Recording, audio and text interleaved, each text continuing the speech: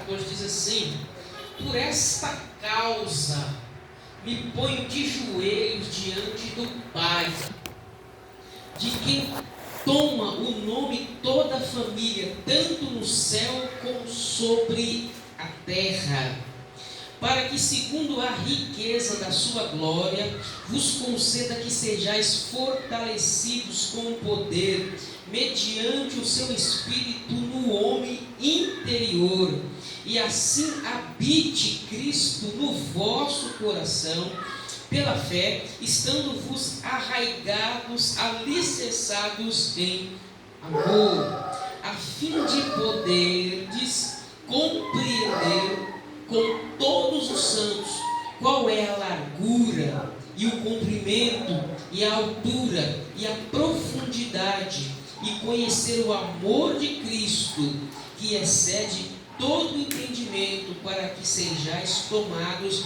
de toda a plenitude de Deus. Ora, aquele que é poderoso para fazer infinitamente mais do que tudo quanto pedimos ou pensamos, conforme o seu poder que opera em nós. A Ele seja a glória na igreja, em Cristo Jesus, por todas as gerações, para todos sempre. Amém. Amém. Irmãos, olha, mais uma vez aqui o apóstolo Paulo, ele é um apóstolo Paulo, quando ele começa a falar das grandezas de Deus assim, dá um tic-tac pentecostal nele, ele para, ou ele vai começar a cantar, ou ele vai começar a orar, diante da grandeza, diante daquilo que foi entregue, diante daquilo que foi revelado. Perceba que lá no capítulo de número 1, diante da escolha, diante da eleição, diante do chamado, diante da obra, da escolha de Deus Pai, do trabalho do Filho e o que o Espírito Santo tem selado, diante dessa obra maravilhosa, o que ele faz lá no capítulo 1, a partir do versículo 14? Ele começa a orar, pedindo para que a igreja não perca o discernimento, tenha entendimento, sabedoria daquilo, não é verdade? Dessa eleição, desse chamado, dessa obra maravilhosa. Olha que coisa tremenda, como há muito sentido naquilo que o apóstolo Paulo está escrevendo. No capítulo 3 agora, o que nós vemos, amados irmãos? O apóstolo Paulo, ele está orando de novo, ele é tomado, ele fala de um tema, quando ele fala de um tema glorioso, de um tema excelso assim, ele para, ou ele vai começar a cantar, ou ele vai começar a orar. E agora ele para de novo, porque no capítulo 3, como a gente viu semana passada, que foi revelado o mistério que até então era escondido, né? Estava oculto, né? Diante dos homens, mas que agora, por meio da obra redentora de Cristo, esse mistério foi revelado. Então, irmãos e irmãs, aquela moda, na verdade, a gente tem aquele costume de falar que é mistério, e não é mistério, não. O mistério na Bíblia, ele já foi revelado. O mistério foi revelado. E que mistério é esse? Que por meio da obra redentora de Cristo, judeus e gentios fazem parte da mesma família. Que esses dois povos agora são irmãos e irmãs. Que mistério é esse? Que no plano redentor de Deus nunca foi exclusivo salvar e escolher unicamente, exclusivamente a nação de Israel. Não, o plano de Deus antes da fundação do mundo sempre foi salvar homens e mulheres de toda raça, tribo e língua. E esse mistério que até então estava oculto, que até então estava encoberto, Deus deu o Apocalipse, foi revelado. Você lembra lá o Apocalipse?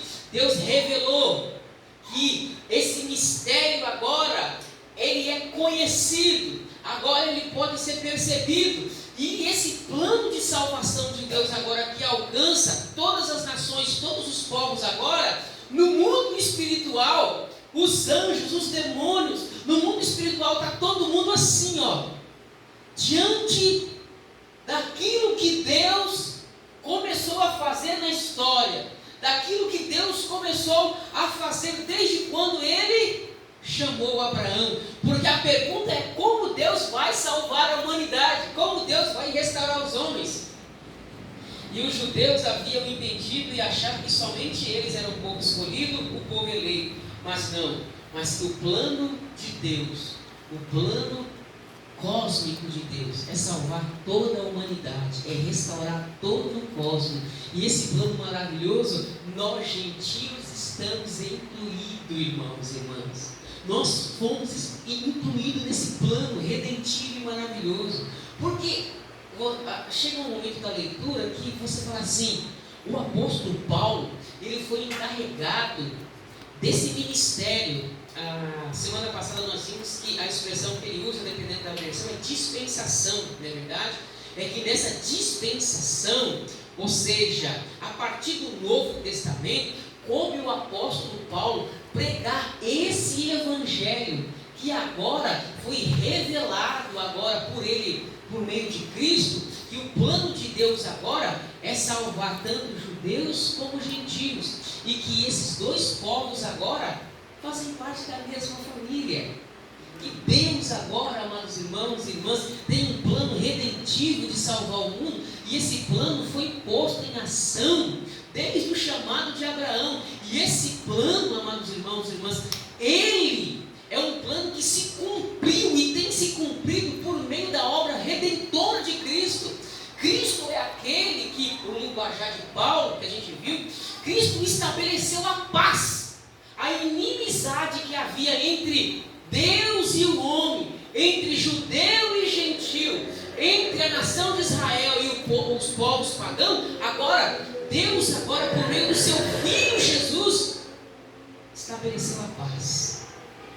Agora, do homem para com Deus e do homem para com o seu próximo. E isso é maravilhoso, amados irmãos, saber, quando você descobre isso, que no plano eterno, olha que coisa interessante, irmãos. Por todo o Antigo Testamento, esse plano de Deus no espaço e no tempo estabelecer algo que se chama igreja, até então estava oculto. Estava, amados irmãos, oculto dos profetas, dos patriarcas. Eles não tinham noção, nem mesmo no mundo espiritual, como é que Deus iria salvar homens. Os profetas não tinham ideia, amados irmãos, do que era esse troço, esse negócio chamado igreja. Igreja, porque para os profetas do Antigo Testamento, eles sabem que Deus vai restaurar o mundo, mas de que maneira? E o plano de Deus restaurar o cosmos, isso seria perceptível, isso seria visto por meio da igreja. É por meio da igreja que Deus tem concretizado esse plano maravilhoso. E quando a gente lê a carta aos Efésios, nós descobrimos que nós fazemos parte desse povo que Deus escolheu antes da fundação do mundo. Isso é maravilhoso e glorioso, irmãos e irmãs, de você descobrir, parar e prestar atenção, que você, meu irmão, que nós fazemos parte de um povo, de uma eleição que foi feita antes da fundação do mundo, que Deus resolveu nos salvar de antemão. Amém? Então, o mistério aqui, irmãos e irmãs, que o apóstolo Paulo agora, ele cai de joelhos e começa a orar, é que por meio dessa obra redentora de Cristo, judeus e gentios agora fazem parte da mesma família. O mistério foi revelado agora. O mistério é Cristo. E por meio dessa obra redentora do que ele realizou na cruz do Calvário, ele estabeleceu a paz. Judeus e gentios agora fazem parte da mesma família. Esse mistério já foi revelado por meio de Cristo. Cristo estabeleceu a paz. Tudo bem aí? Tudo bem, irmãos? Tá bem? Calma, vou terminar cedo aí. Os irmãos podem ir lá no Sambó do lado. Pode ficar sossegado. Pode ficar sossegado. Dá tempo ainda. Eu acho que vai dar tempo ainda de você chegar lá. O versículo 14, irmãos e irmãs, diante disso, desse plano maravilhoso, o apóstolo Paulo, diante dessa dispensação que ele foi encarregado de anunciar isso, gente, os gentios também são co-herdeiros, eles também fazem parte da promessa, da eleição de Deus, não é só o judeu não. Vocês, gentios, vocês foram eleitos.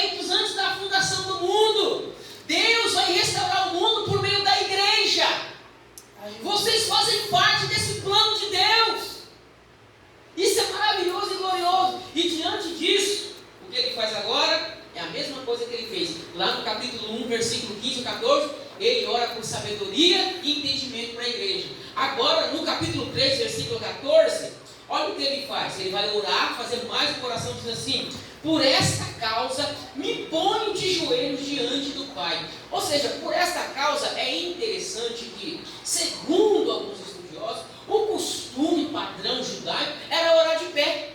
Era orar de pé, de mãos levantadas. Esse é um padrão, correto? De orar de pé, de mãos levantadas, exaltando a Yahvé, Deus Todo-Poderoso.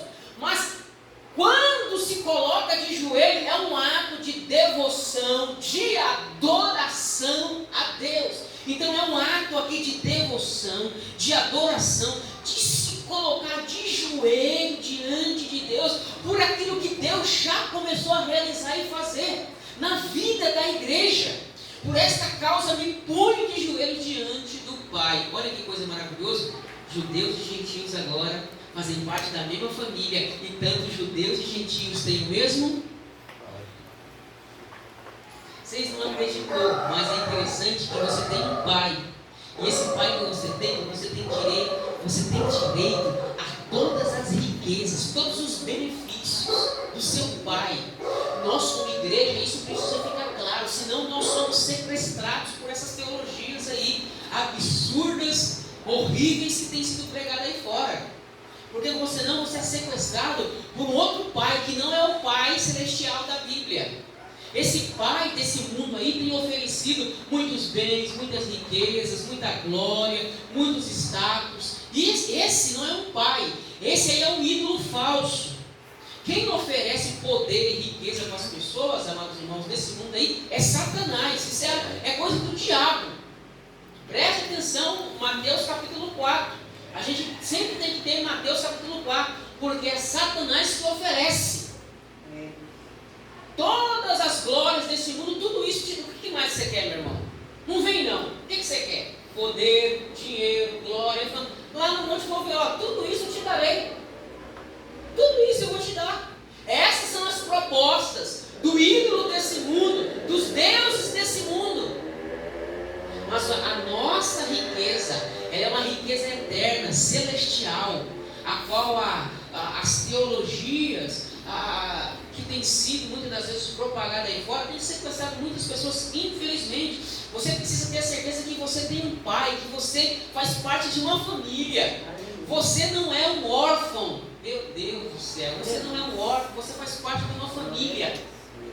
Isso no Novo Testamento, a carta aos Efésios deixa muito claro que nós fomos, amados irmãos, por meio da obra de Cristo, nós fomos trazidos para perto, nós fomos adotados. Ele concedeu o Espírito Santo para nós, nos selou, nos chama agora de filhos, fez promessas para nós. Nós somos co-herdeiros. Todo esse linguajar perpassa do capítulo 1, capítulo 2 e capítulo 3. Que Ele nos tirou da situação de escravidão, de pecado a qual nós estávamos, e nos fez filho. E nós podemos o chamar de Pai. Nós temos um Pai agora. Não é só os judeus, não.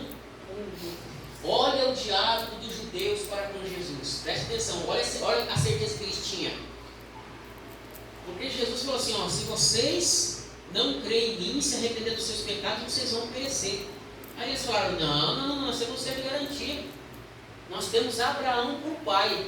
Lembra lá o Evangelho de João? Abraão é o nosso pai. Jesus falou assim, o pai de vocês é Satanás, é o diabo. Jesus falou assim, imaginou eu falar por irmão, isso aí não vai dar muito certo, seu pai é o diabo.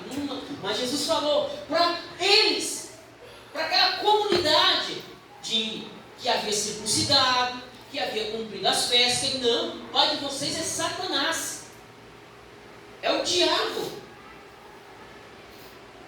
Mas, amados irmãos e irmãs, para nós que estávamos longe, nós podemos hoje, amados irmãos, chamar Deus de Pai, porque nós pertencemos a essa nova família, a essa nova humanidade que Deus inaugurou. E nessa nova humanidade, você não é mais um escravo desse mundo, você tem um Pai celestial, você pertence a uma família, você foi adotado na família de Deus. Isso é maravilhoso, você saber que você pertence a uma família, que você não está aí por acaso, não, você pertence a uma família, você tem um Pai, você tem uma nova identidade, Você é esse novo homem que está sendo formado, moldado a cada dia pelo Espírito Santo de Deus. Então, amados irmãos, nós estamos diante desse Pai. No versículo 15, o apóstolo Paulo diz assim: por esta causa me ponho de joelho diante do Pai, de quem toma o nome toda a família, tanto no céu como sobre a terra. Opa! Esse Pai nosso aqui, irmãos, Ele é um Pai cósmico. Ele é um Pai cósmico, porque Ele é o Pai de todos. Não é verdade? Não é Odin que é o Pai de todos, lembra lá? O Pai de todos. Não, não é Odin que é o Pai de todos.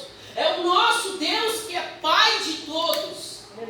Ele é um Pai cósmico, porque Ele é Pai daqueles que estão no céu, como aqueles que estão na terra. Por quê? Porque Ele é Criador de todas e de todos. A igreja, amados irmãos e irmãs, ela é uma igreja que ela está na terra como ela está no céu.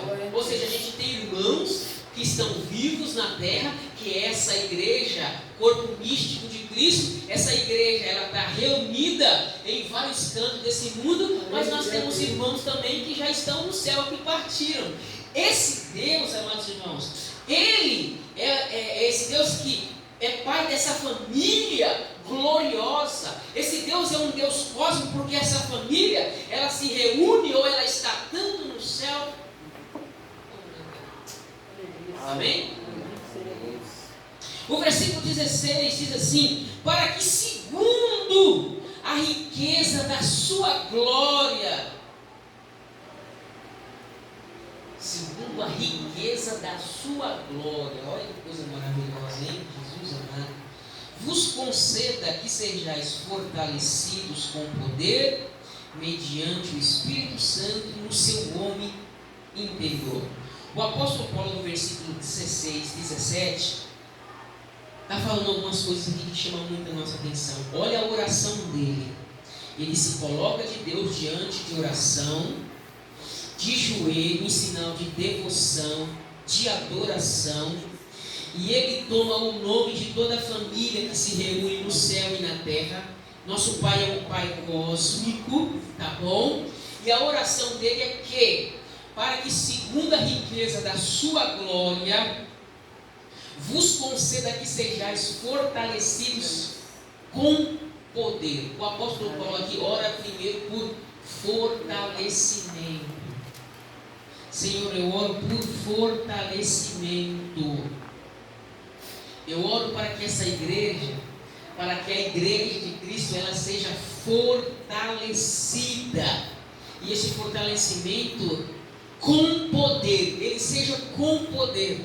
Que essa igreja seja uma igreja fortalecida. E esse fortalecimento com poder é na onde? É nesse homem interior que está sendo formado e que está sendo moldado.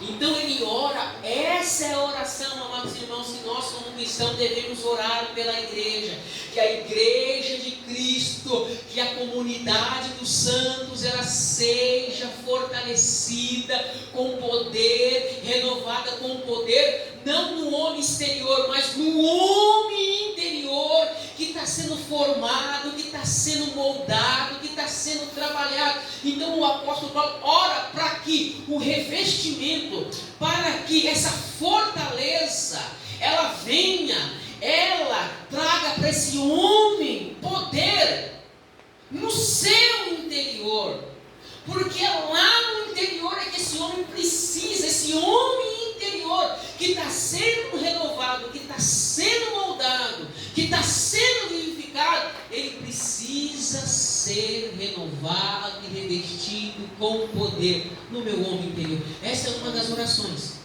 aqui que você deveria fazer sempre, colocar nas suas orações. Senhor, fortaleça o meu homem interior,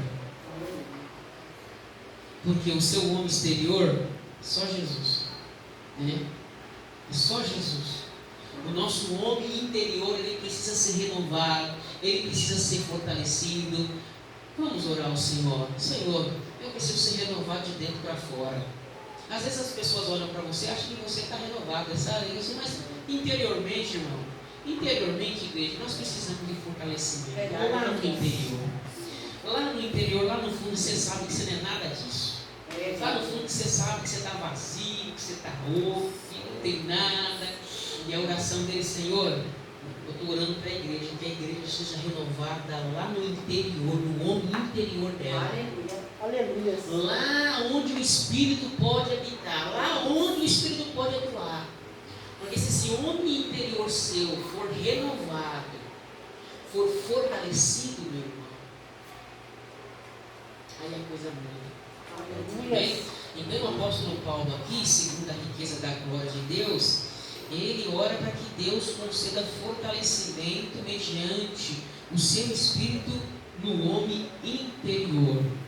Amém? Segundo, ele ora aqui também, versículo 17, e assim habite Cristo no vosso coração pela fé. Olha o que o apóstolo Paulo pede aqui, gente. Olha, a gente vai fechar isso aqui.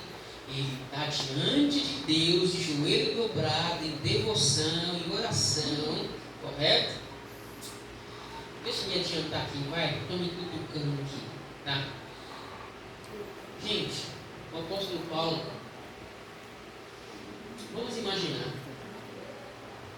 É bom sempre ter em mente que o apóstolo Paulo está preso. Ele não é um homem livre, ele está preso. Lá em Roma, ele escreve essa carta quando ele está preso. Irmão, se você está preso, hoje modernamente uma tornozeleira lá, né? Vamos torcer para nenhum de nós usar, né? Não é verdade?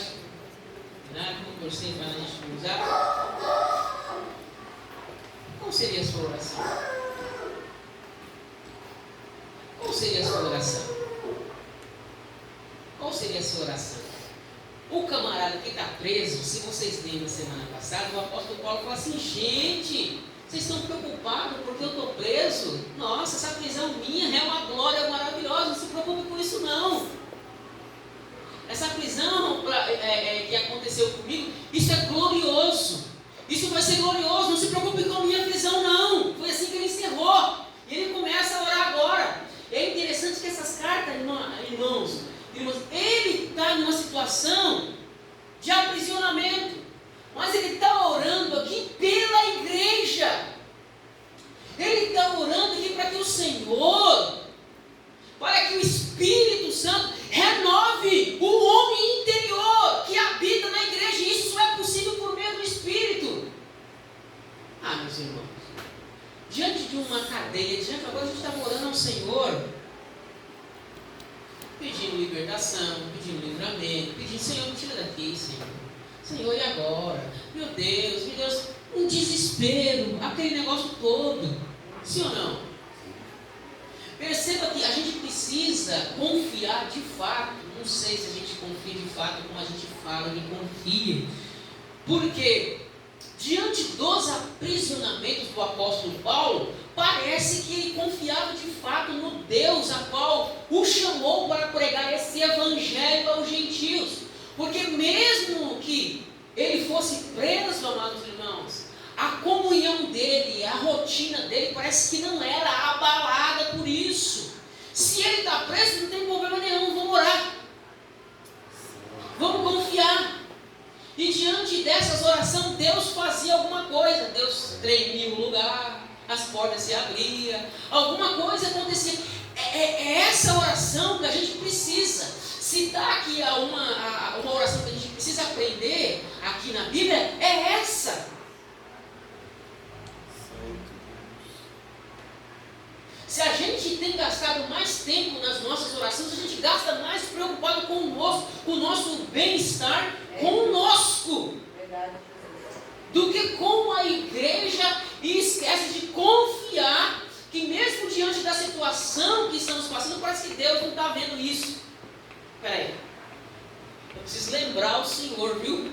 O Senhor não esqueceu não, né? Mas eu estou aqui. Mas essa já é uma tendência nossa, parece que isso já faz parte nossa, que a gente não consegue, esse antropocentrismo, que a gente, de toda situação difícil, a gente não consegue falar assim: Senhor, está aqui, está em suas mãos, eu já orei, agora é com o Senhor.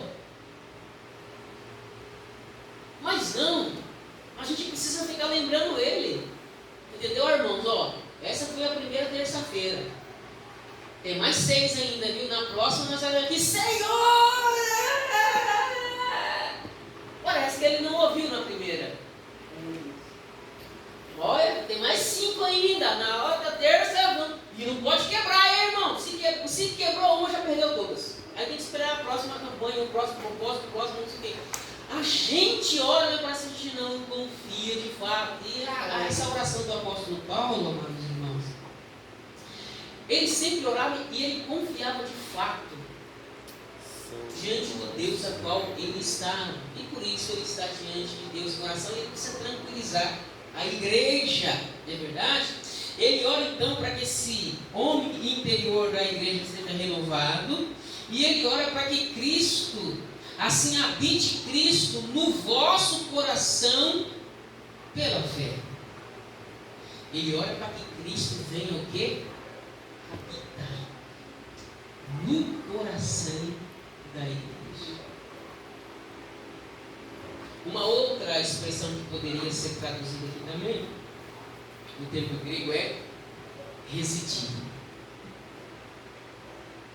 habitar, morar. Uma morada lá, você cuidava, morada, e fazer morada.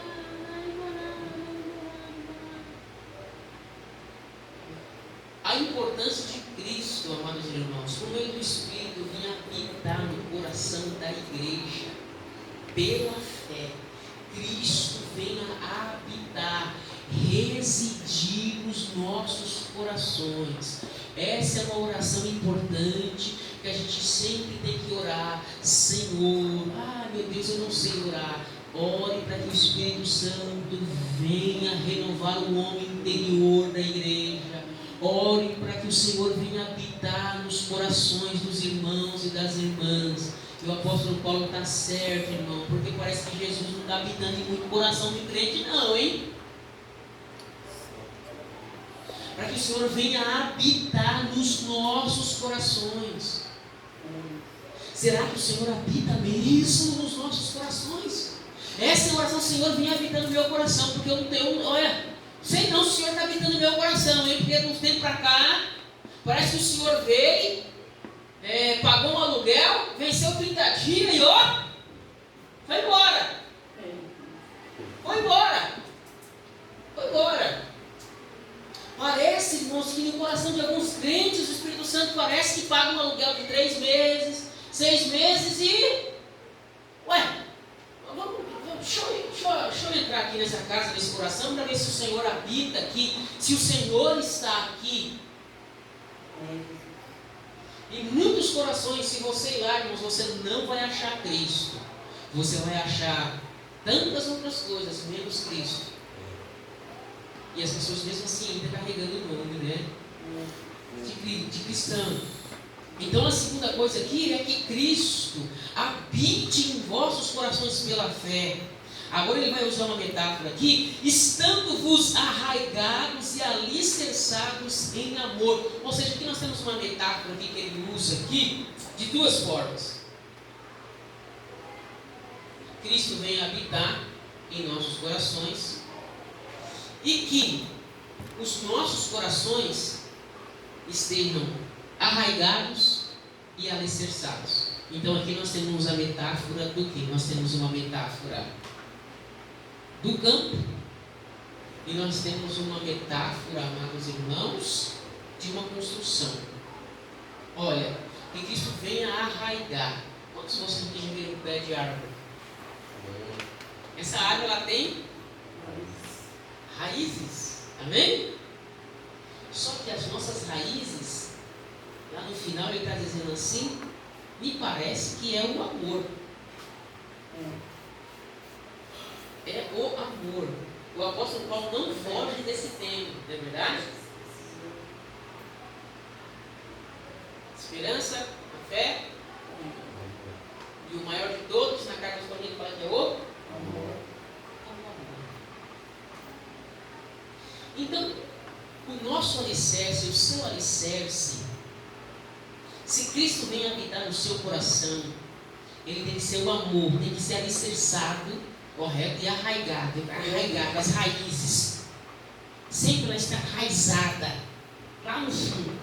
E essas raízes, amados irmãos e irmãs, ela deve encontrar a sua base em um solo bem profundo.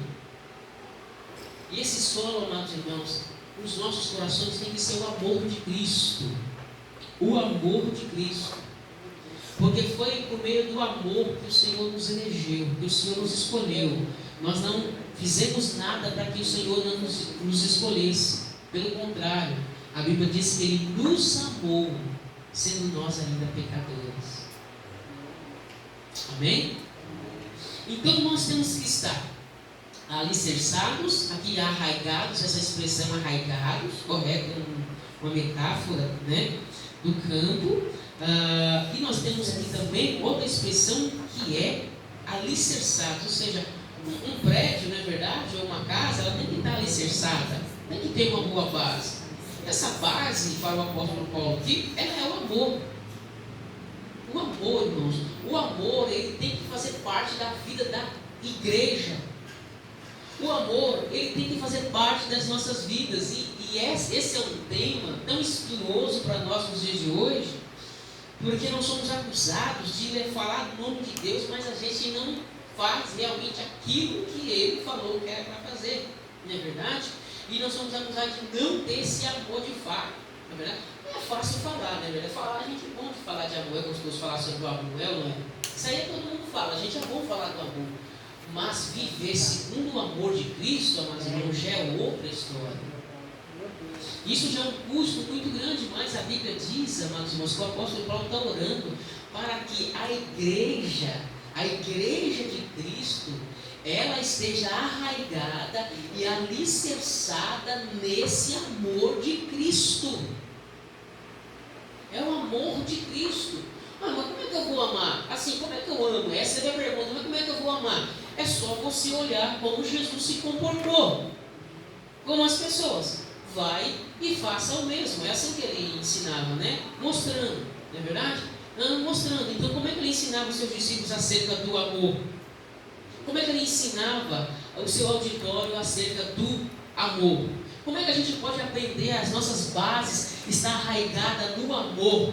A sociedade, ela só vai voltar a respeitar a igreja como esse sinal que sinaliza o reino de Deus na terra, irmãos, quando eles voltarem a ver o amor de Deus. Como é que o mundo vai ver o amor de Deus no mundo? Por meio da igreja. Como é que o mundo vai ver a sabedoria de Deus? Por meio da igreja. É por isso que o mundo espiritual fica assim, ó.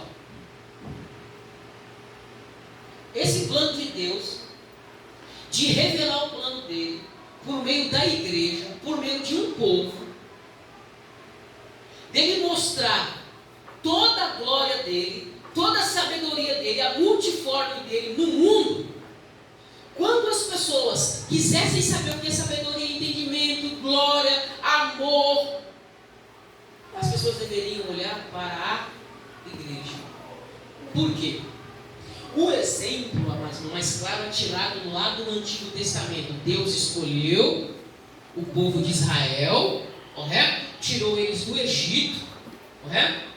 E falou assim para eles: olha, eu chamei vocês, escolhi vocês, para que vocês fossem a luz entre as nações. Amém? Você lembra disso? Para que eles fossem luz, para que quando as nações olhassem para Israel, vissem quem?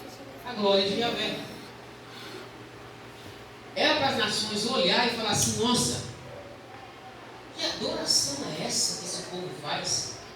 Olha a vida desse povo, olha o padrão desse povo. E as nações viriam e se renderiam a Yahvé. Mas sabe o que aconteceu? A nação de Israel olhou para os povos pagãos, olhou para os deuses deles, para o costume deles, para a prática deles e falou: interessante. Veja que no Antigo Testamento as nações deveriam vir a Yahvé por meio da nação de Israel, porque ela deveria refletir a glória de Deus, e as nações iriam se achegar. Mas aconteceu ao contrário. Israel foi influenciado pelas nações e desviou do Senhor teu Deus. Olha que coisa interessante. No Novo Testamento agora, parece que há um movimento agora inverso. Jesus diz assim para esse novo Israel, para essa nova comunidade, essa nova humanidade que se chama igreja: vocês não vão ficar aqui, vocês vão ir. Ide por todo o mundo, pregai o Evangelho, fazei discípulos de todas as nações, batizando-as em nome do Pai, do Filho e do Espírito Santo de Deus. Vocês, como luz e sal, agora vocês vão para o mundo e brilhem entre os homens. Os homens vão ver a obra de vocês e vão glorificar o nosso Pai Celestial. Amém? Então, irmãos e irmãs, a sociedade, ela deveria, quando falasse sobre amor, defina amor para mim, deveria olhar para a igreja. As melhores definições desse mundo, a igreja deveria ter a resposta. A humanidade, as nações, os povos deveriam olhar para a igreja, para esse povo que Deus levantou, para essa nova humanidade, e as pessoas encontrariam suas respostas para os seus dilemas. Amém? Vamos aí, irmãos. Eu disse que vou dar tempo para os irmãos aí no São Paulo. O versículo 19, amados irmãos e irmãs, versículo 18 diz assim: a fim de poderes compreender com todos os santos, ou seja, toda a igreja, na verdade, qual é a largura e o comprimento, a altura e a profundidade, versículo 19, de conhecer o amor de Cristo. Olha para você ver aqui, não tem como nem dimensionar isso. A largura, a profundidade, a altura do amor de Cristo, que é imensurável. É um linguajar aqui imensurável, que não dá para calcular, amados irmãos, a fim de nós compreendermos essa largura, essa altura, essa profundidade de conhecer o amor de Cristo. O amor de Cristo é algo que a gente vai passar a eternidade conhecendo, amados irmãos. Aí, existe uma expressão aqui, amados irmãos, versículo 19, que diz assim: e conhecer o amor de Cristo, que excede todo o entendimento, para que sejais tomados de toda a plenitude de Deus. Esse verbo plenum aqui no grego, irmãos, eu não tenho condições. Essa, segundo os estudiosos, é uma das orações mais ousadas do apóstolo Paulo. Você sabe, você tem ideia do que ele está pedindo aqui? Versículo 19: para que sejais tomados de toda a plenitude de Deus. Todas as Bíblias no final da plenitude? Para que sejais tomados da plenitude de Deus.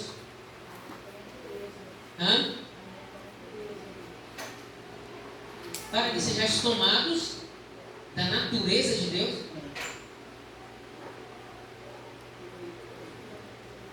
Essa é uma oração, irmãos, o apóstolo Paulo fez. A gente não tem condição, eu pelo menos não tenho gabarito para tentar ousar entender o que significa isso. Ele está orando para que a igreja seja tomada da plenitude de Deus. Deixa eu fazer uma pergunta para você: você sabe quem é Deus? Nós estamos falando do Criador do universo. Nós estamos falando daquele que é soberano, daquele que é onisciente, onipresente, onipotente, imanente, do Deus glorioso. E o apóstolo Paulo fala assim: olha, que vocês sejam tomados da plenitude desse Deus. Igreja, vocês sejam tomados dessa entende isso, essa oração do apóstolo Paulo, o que ele queria dizer de fato, quando ele disse para nós ser tomados da plenitude de Deus, desse Deus glorioso, que disse para Moisés assim: olha, eu vou passar entre as fênix e você vira, porque senão você não pode me ver, porque senão você vai morrer. Homem nenhum pode ver a Deus, porque se vê morre. Não pode. Olhos nenhum, homem nenhum jamais viu a Deus. O que nós conhecemos de Deus foi revelado por meio do seu Filho, do Verbo que se encarnou. E para a gente conhecer esse Deus, se ele descesse realmente na sua cavode, na sua glória, na sua Shekinah, amados irmãos, não há terra, não há céus que contém esse Deus. O apóstolo Paulo, eu não sei aonde que ele está, ou ele estava hiper, mega, blasta, pentecostal, ele assim, essa igreja tem que ser tomada da plenitude.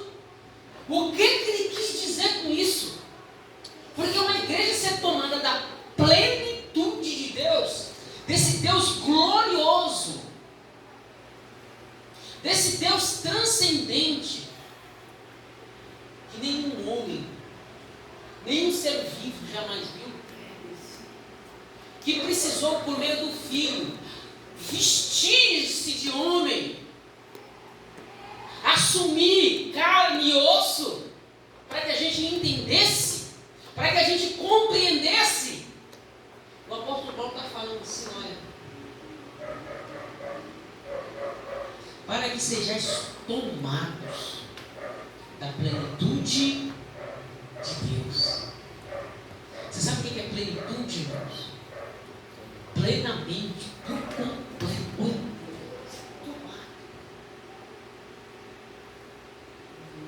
As pessoas, irmãos, na antiga aliança, elas tinham algumas visitações de alguns anjos, de alguns mensageiros, irmãos, e eles já caíam por terra, não resistiam diante daquilo.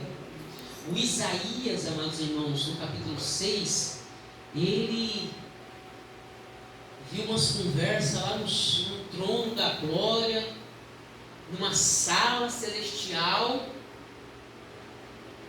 e ele se sentiu o maior dos pecadores, uma pessoa indigna, entendeu? Pecador. Ele saiu diante daquela cena, daquela revelação, dizendo assim: ai de mim que vou morrer, porque os meus olhos viram a tua glória. Como é que uma igreja vai ser tomada da plenitude? Essa é uma das orações mais ousadas do apóstolo Paulo. Os carismáticos não entenderam essa oração, eles deveriam prestar mais atenção nisso aqui, os pentecostais, para tentar entender o que significa isso de fato, ser tomado da plenitude de Deus. Aí no versículo 20 e 21, a oração ela é concluída com a chamada, vocês já pegaram, né? Versículo 20 e 21, a oração conclui com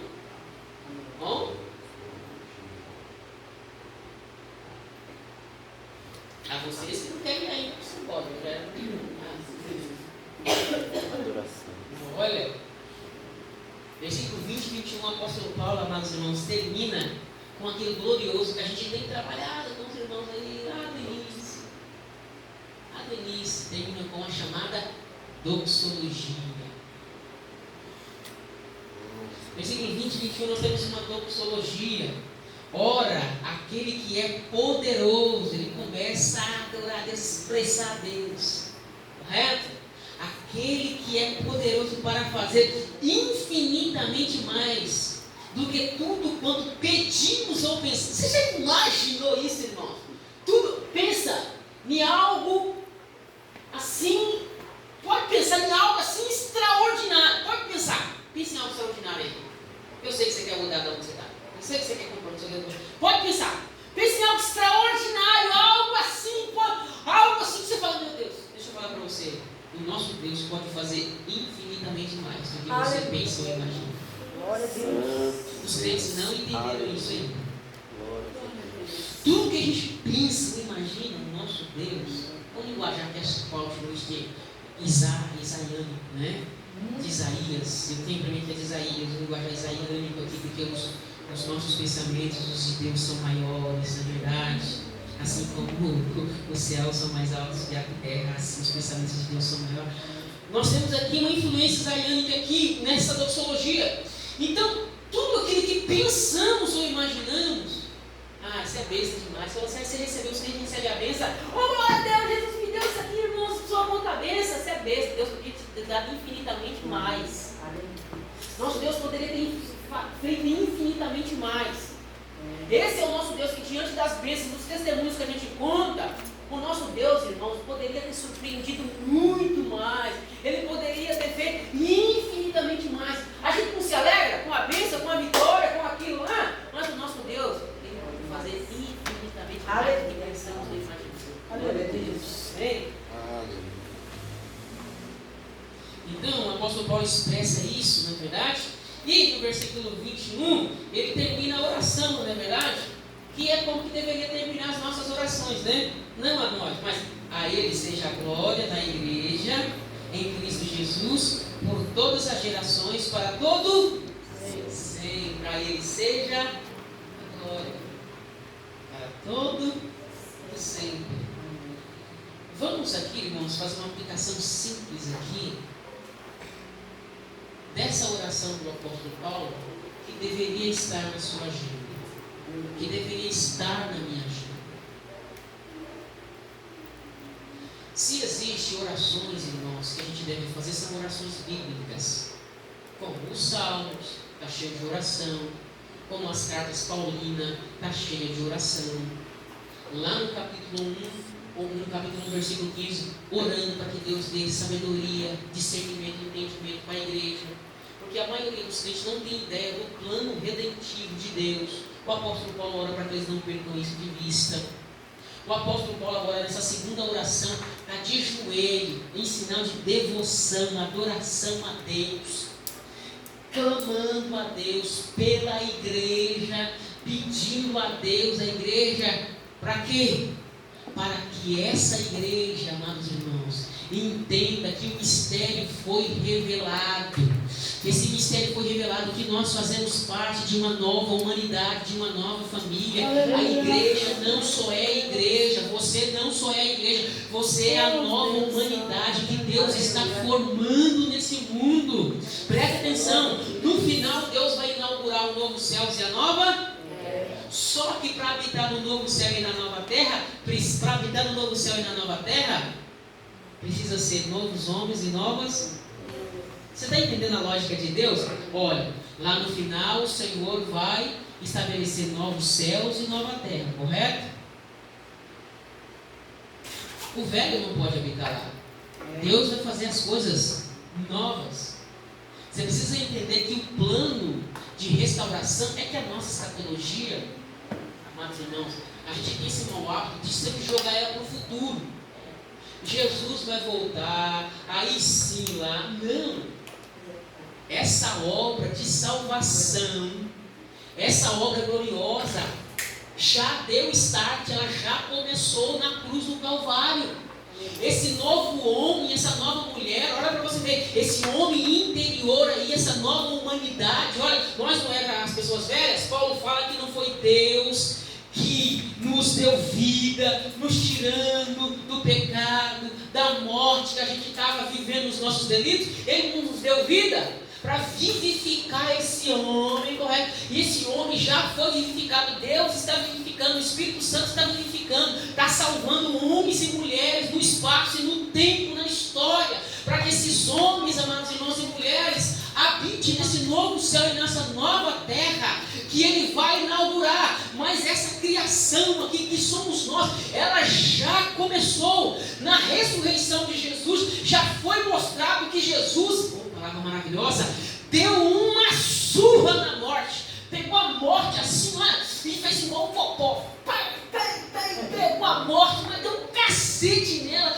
mas arrebentou ela todinha, acabou com ela, porque todos os homens, todas as mulheres, a morte estava igual uma acabaram com todo mundo.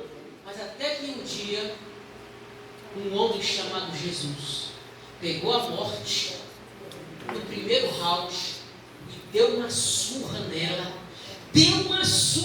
Levou, ela não aguentou nem ficar na lona, caiu, correto. Olha, você vê o linguajar de Paulo em Coríntios. Olha, esse Paulo é: ô morte, onde está a tua vitória? Ô morte, onde está a tua vitória? Tirando o servo da morte. Cadê a força do teu aguilhão? Você prendia, igual o escorpião, você prendia todos os homens. Nenhum homem ressuscitava. Mas, irmãos e irmãs, o apóstolo Paulo fala: onde está a morte da tua vitória? Aleluia. Jesus ressuscitou. Aleluia. A morte não pôde segurar. Isso significa, amados irmãos, essa é uma mensagem muito importante para nós. Isso significa que Jesus venceu. Aleluia. Ele venceu o maior de todos os inimigos. A nossa mentalidade era igual a dos discípulos. O seu inimigo é o teu vizinho. Quem que é o teu patrão? É a tua patroa? É o que quer? É o camarada que está jogando pedra em cima da sua casa? Coisas assim. Não, isso aí é meu inimigo. Não, ele não é o seu inimigo. Os nossos inimigos é igual dos discípulos, é os romanos. Esses romanos, os discípulos, a mentalidade deles até então, os romanos são os nossos inimigos. Eles, 3 anos andando com Jesus, não haviam entendido que havia um inimigo maior do que Roma, que precisava ser vencido. Quando Jesus ressuscitou e apareceu para eles, aí as escamas caíram nos olhos. Aí as escamas caíram nos olhos e falou assim: ele venceu. Roma é fichinha, porque ele venceu o maior de todos os seus inimigos. É a morte. Aleluia. É a morte. Ele venceu a morte, mas deu uma surra na morte daquelas mesmo. Venceu. E o linguagem de Paulo é que Jesus é a primícia, ou seja, ele é o primeiro de muitos. Jesus é a primícia, ou seja, Jesus morreu, ressuscitou para nunca mais morrer. Correto? O que os bilionários querem hoje? O que a medicina ela tem lutado e trabalhado nos centros de pesquisa? É a longevidade. Porque ninguém quer morrer. Porque para essas pessoas morrer ninguém quer morrer. Todo mundo quer ser eterno. Eles não entenderam que a mensagem do cristianismo é uma mensagem de esperança. Por quê e para quem? É que se nós morrermos, para nós é sinal de vitória. Não importa. O nosso Senhor morreu e ressuscitou. Ele garantiu que quando Ele voltar naquele dia, todos aqueles que confiaram nele, Ele vai ressuscitar como ele. Aleluia. Glória. E vamos viver eternamente com Ele, para habitarmos no céu. Santo Deus. Amém?